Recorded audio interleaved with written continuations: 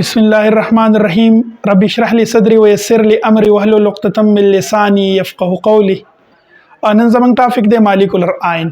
موږ به وایو چې مالیکولر آین څه ته وایي، بیا به دغه مالیکولر آین ډیفینیشن کوو، بیا به اگزامپل ایکسپلین کوو، بیا به دغه مالیکولر آین ټایپ وایو، فارمیشن به ورسره وایو، په لاست کې به بیا موږ اپلیکیشن وایو چې د دې مالیکولر آین فایدې څه دي.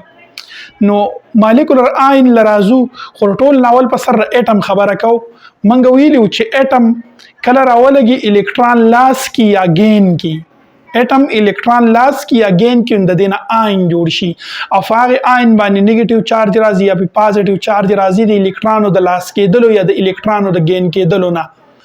وس مالیکول چې کله چې اټم الکترون لاس کی یا گین کی داغه نه آین جوړ شي، نو موږ دغه شانتي وایو چې کله مالیکول راولګي او الکترون لاس کی یا الکترون گین کی نو د دینه مالیکولر آین جوړ شي.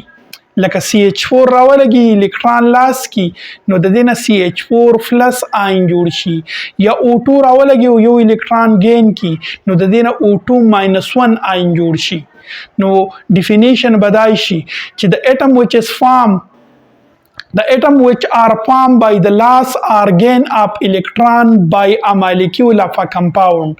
کله چې یو مالیکول راولګي الکترون لاس کی یا گین کی او دغه نه آین جوړ شي دې ته موږ مالیکولر آین وایو. اوس د مالیکولر آین دوه قسم دي. اگزامپل زموږ سره CH4 آین شو، O2 آین شو.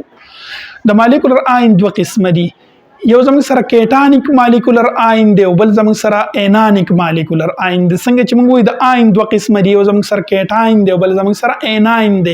دغه شانتي د مالیکولر آین هم دوه قسم دي، یو زموږ سره کیټانیک مالیکولر آین دی او بل زموږ سره انانیک مالیکولر آین دی.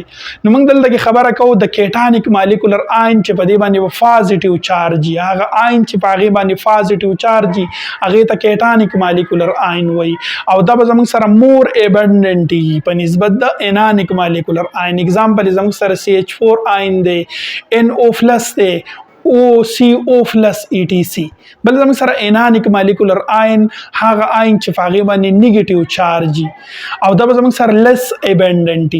اگزامپل زموږ سره O2 ماینس 1 دغه شانتي O2 ماینس 2 ETC. فارمیشن به څنګه وي، مالیکولر آین څنګه جوړیږي، نو موږ وایو چې زموږ سره کله های انرژي بیمي او د دې های انرژي بیم نه موږ ګیسز پاس کو، نو کله چې ګیسز پاس کو د دې های انرژي بیم اف الکترون نه، نو د های انرژي بیم اف الکترون راولګي او دا غینه الکترون ریموو کی، نو کله چې دا غینه الکترون لاس شي نو دا غینه مالیکولر آین یا کیټانیک مالیکولر آین جوړ شي. اوس اپلیکیشن فائدې څه دي؟